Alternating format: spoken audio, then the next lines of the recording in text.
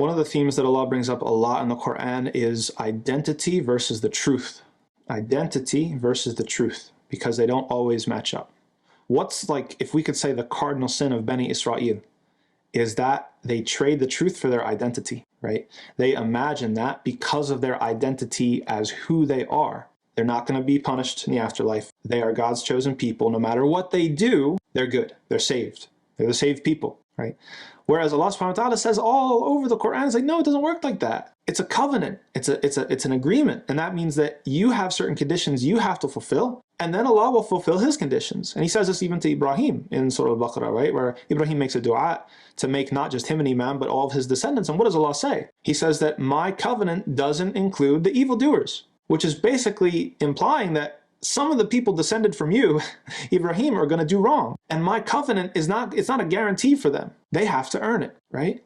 And what do we have today? We have people that are trying to rally around identity, even in the Muslim community. They try to rally around different identities, as opposed to what's true. There's another example that this happens in the Quran, which is in the story of Musa alayhi salam, right? What's the kind of mistake that Musa makes, right? He accidentally kills somebody. Why does he do it? What happens? Because someone from his tribe calls out and says, hey, come help me. I'm under attack. And he appeals to Musa through the identity, not through the truth, right? Not that this person's oppressing me. He's like, no, you're part of my tribe. You're part of my group.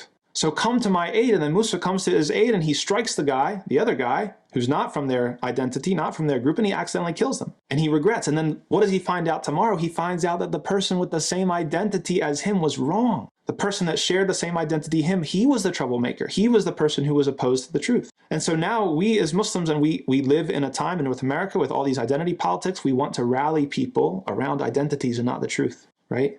All women together, or our skin color, or our whatever else it is. Something, usually it's something that we can't choose for ourselves, our lineage, our heritage.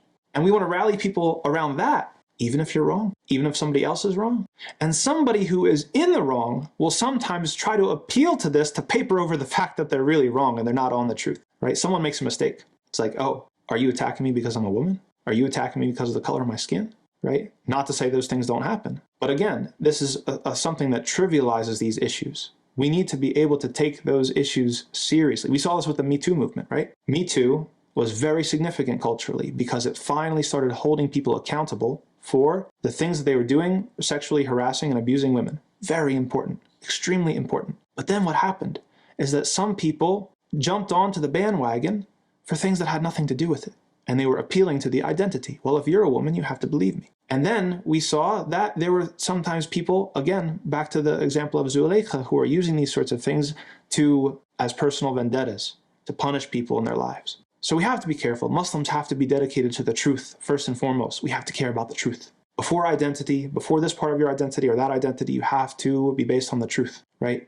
We don't necessarily assume that someone who has the same identity as me is right or intends well. Or that somebody who has a different identity than me that is just like wrong categorically. What does Allah say in the Quran when it comes to Saba, right? Saba was worshiping the sun, and she makes a kind of an offhanded comment when she's, the whole letter with Sulaiman, and she's asking her advisors, should we go to war? And her advisors are like, we'll do whatever you say to do. And then she makes a comment, she reflects, she says, well, when people go to war, all of the best of them, right, the best people, they're slain. And so this is something that is a loss for all of us, for all of humankind. And Allah says, وَكَذَلِكَ يَفْعَلُونَ. He affirms the statement and the comment that she made, that she affirms her observation as true. He didn't blast her just because of her identity. Well, this is some dirty idolater and we can't listen to her. No, what she said was true, right? Muslims have to be concerned about the truth first and foremost before issues of identity.